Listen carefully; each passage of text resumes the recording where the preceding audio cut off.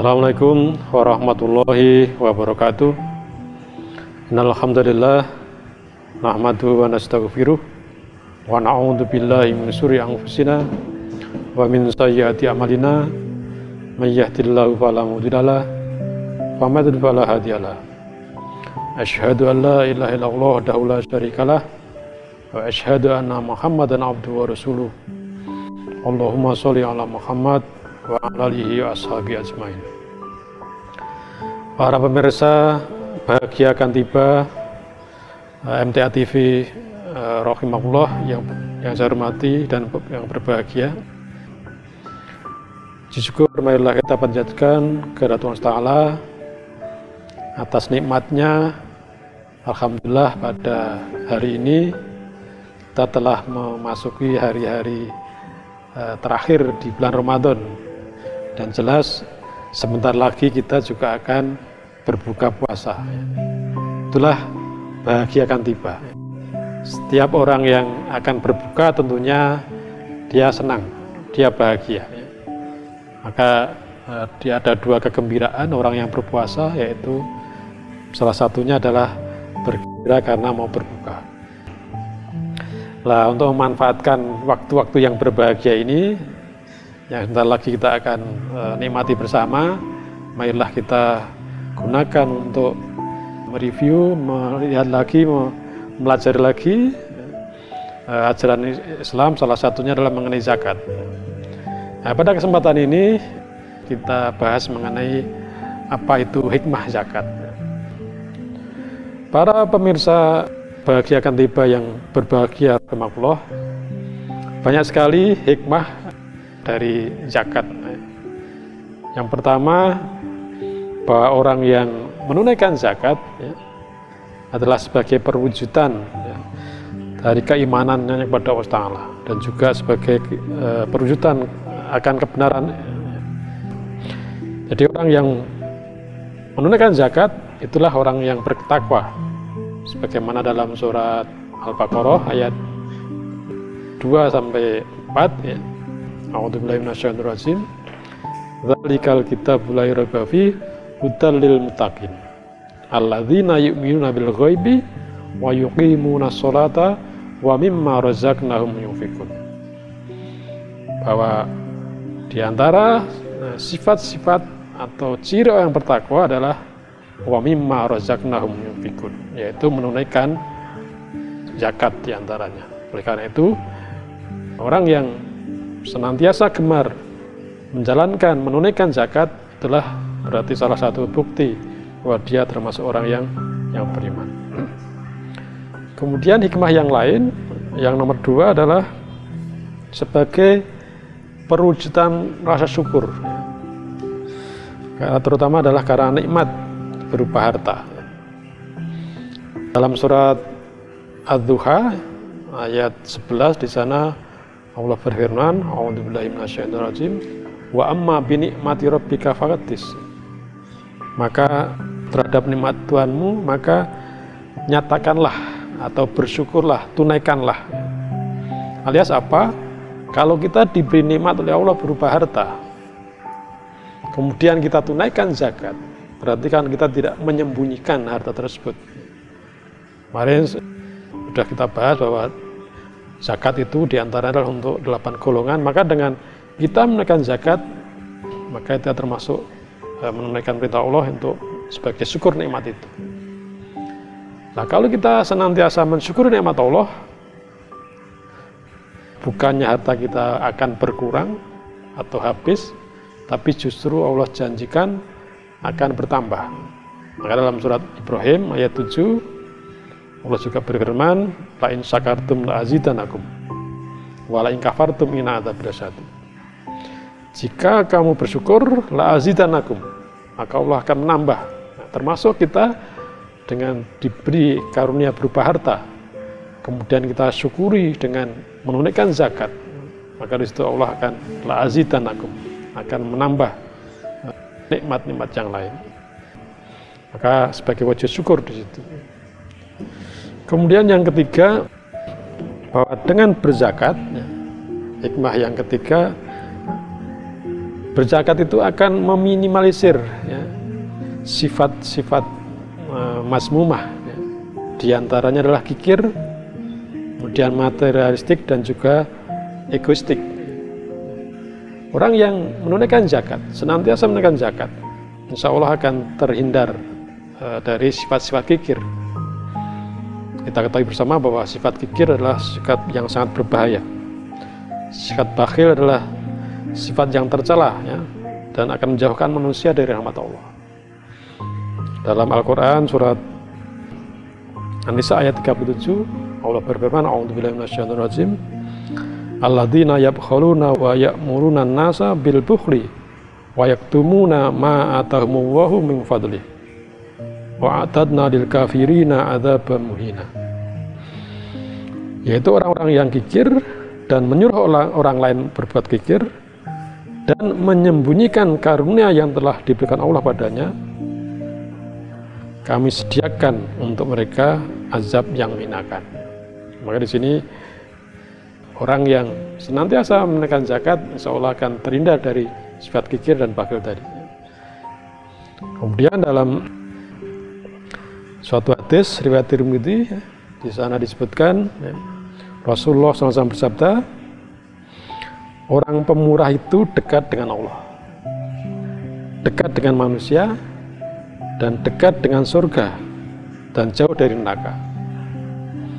Sedang orang bakhil itu jauh dari Allah, jauh dari manusia, jauh dari surga, dan dekat dengan neraka. Maka di sini orang yang pemurah, orang yang senantiasa menunaikan zakat, maka itu dekat dengan Allah, dekat dengan manusia, dekat dengan surga, jauh dari api dan neraka. Maka dengan senantiasa menunaikan zakat, insya Allah akan terkikis dari sifat-sifat kikir tadi. Dalam sebuah hadis juga disebutkan bahwa setiap pagi itu senantiasa ada malaikat yang berdoa ya. Allahumma a'ti mumfikon kholafan wa'ti mumsikan talafan. Ya Allah, berilah orang yang berinfak atau menunaikan zakat itu sebagai pengganti, dan sebaliknya, dan berilah kepada orang yang menahan diri dari infak maupun zakat itu kebinasaan. Jadi orang yang senantiasa menunaikan zakat, termasuk juga di dalam adalah sedekah, itu didoakan oleh malaikat akan dimintakan pengganti. Tapi sebaliknya kalau zakat itu ditahan, justru akan mendapatkan kehancuran. Itulah hikmah yang nomor 3. Kemudian hikmah yang nomor 4, bahwa orang yang senantiasa menunaikan zakat, maka akan membersihkan, mensucikan, dan membuat ketenangan jiwa pada muzaki, orang yang berzakat itu. Orang yang berzakat, ya, maka tentunya hatinya akan tenang, karena hartanya disucikan, dibersihkan, dan itulah menjadi salah satu sifat ya, atau hikmah dari menunaikan zakat. Kemudian hikmah yang kelima, bahwa orang yang senantiasa menunaikan zakat, maka hartanya itu akan berkembang dan juga memberikan keberkahan. Karena apa? Pintu rizki itu akan selalu dibuka oleh Allah SWT. Allah akan senantiasa membuka pintu rizki bagi orang-orang yang menunaikan zakat, termasuk di dalamnya adalah sedekah. Dalam surat Al-Baqarah ayat 261, Allah berfirman, A'udzubillahi minasyaitonir rajim, mathalul ladzina yunfikuna amwalahum fi sabilillah kamathalil habbatin ambatat sab'a sanabila fi kulli sumbulatin mi'atu habbah wallahu yudha'ifu liman yasha wallahu wasi'un alim. Bahwa perumpamaan orang yang menginfakkan hartanya di jalan Allah ya, seperti sebutir biji ya, yang menumbuhkan 7 tangkai, dan setiap tangkai ada 100 biji. Sehingga di situ diibaratkan kalau satu biji tumbuh 7 biji, kemudian masing-masing akan 100 hingga 700 kali. Allah melipat gandakan siapa yang dikehendaki. Jadi Allah akan melipat gandakan apa-apa yang tadi dinafkahkan, diinfakkan, dan dikeluarkan zakatnya tadi. Dalam ayat yang lain, yaitu dalam surat Ar-Rum ayat 39, di sana Allah juga tegaskan, wa ma ataitum min zakati turiduna wajhallah faulaika humul mudhifun.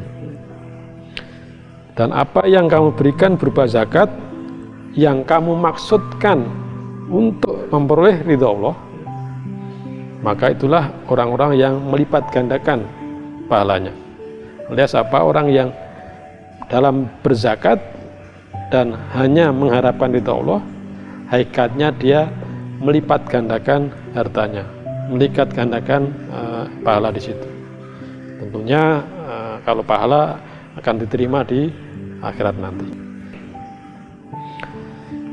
Kemudian dalam hadis riwayat Ibnu Abi Dunya, di sana disebutkan bahwa amal sedekah itu hanyalah akan menambah seorang makin banyak hartanya. Jadi sedekah itu akan memperbanyak, menambah banyak hartanya. Maka bersedekahlah kalian, niscaya Allah Ta'ala akan melimpahkan rahmat kepada kalian. Itu hikmah yang kelima. Kemudian yang keenam, orang yang senantiasa menunaikan zakat adalah perwujudan kecintaan dan kasih sayang pada sama umat manusia. Kenapa? Dengan menunaikan zakat berarti dia ada rasa kasih sayang dengan yang lain, dan kecintaan inilah juga akan menghilangkan sifat-sifat dengki, iri hati, dan sebagainya. Dalam hadis riwayat Ibnu Majah disebutkan bahwa dengki itu bisa menghabiskan kebaikan sebagaimana api membakar kayu.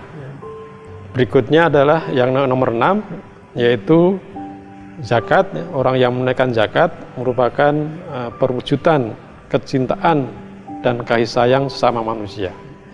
Jadi orang yang menunaikan zakat, tentunya ini akan menghilangkan rasa iri dan dengki pada orang yang seharusnya menerima. Maka di situ akan jadi terjalin saling terpaut. Orang yang harus mengeluarkan, dia mengeluarkan zakat, kemudian yang berhak menerima, dia menerima, sehingga akan tumbuh kasih sayang di situ. Nah, sehingga sifat iri dengki itu bisa terkikis. Karena apa? Bahayanya dengki dalam hadis riwayat Ibnu Majah, di sana disebutkan dengki itu bisa menghabiskan kebaikan sebagaimana api membakar kayu. Sedang sedekah itu dapat menghapus kesalahan sebagaimana air dapat memadamkan api. Itu hikmah yang keenam. Kemudian hikmah yang ketujuh, bahwa dengan berzakat itu dapat sebagai sumber pendanaan untuk pembangunan sarana dan prasarana yang harus dimiliki oleh orang Islam, baik sarana pendidikan, kesehatan, ekonomi, dan sebagainya. Kalau zakat itu dapat dikumpulkan atau semua orang Islam itu menunaikan zakat, betapa luar biasanya. Di Indonesia ini kan pajak yang jelas harus ditarik itu pajak. Pajak itu 10%, ada yang 12% dan sebagainya. Jadi kalau yang zakat untuk harta adalah 2,5%. Kalau semua orang Islam itu menunaikan zakat ini, tentunya akan terkumpul dana yang juga luar biasa. Dengan terkumpulnya dana itu akan bisa digunakan untuk membangun sarana dan prasarana yang dibutuhkan manusia. Kemudian hikmah yang lain, bahwa dengan berzakat itu akan merupakan isyarat bahwa dalam bisnis itu harus dengan benar. Jadi bahwa harta itu harus bersih, maka dalam berbisnis pun juga harus bersih. Karena apa? Dalam hadis Muslim disebutkan, innallaha la yaqbalu shadaqatan an ghulul. Allah tidak akan menerima sedekah yang ada unsur tipu daya. Maka ini orang yang senantiasa berzakat dapat mengambil hikmah bahwa dalam bisnis pun juga senantiasa harus ada etika memenuhi bagaimana agar tetap halal di situ. Itulah beberapa hal yang hikmah zakat, dan masih banyak lagi beberapa hikmah zakat yang pemirsa bisa pelajari. Mudah-mudahan dengan kita memahami, mempelajari tentang zakat ini, kita senantiasa terdorong untuk senantiasa menunaikan zakat, sehingga kita juga terbebas dari kotoran harta kita. Dengan bersihnya harta kita, tadi Allah janjikan akan ditambah, ya, akan berkah dan akan terlindungi. Dan selamat berbahagia dengan berbuka puasa. Kurang lebihnya mohon maaf. Billahi taufiq wal hidayah. Assalamualaikum warahmatullahi wabarakatuh.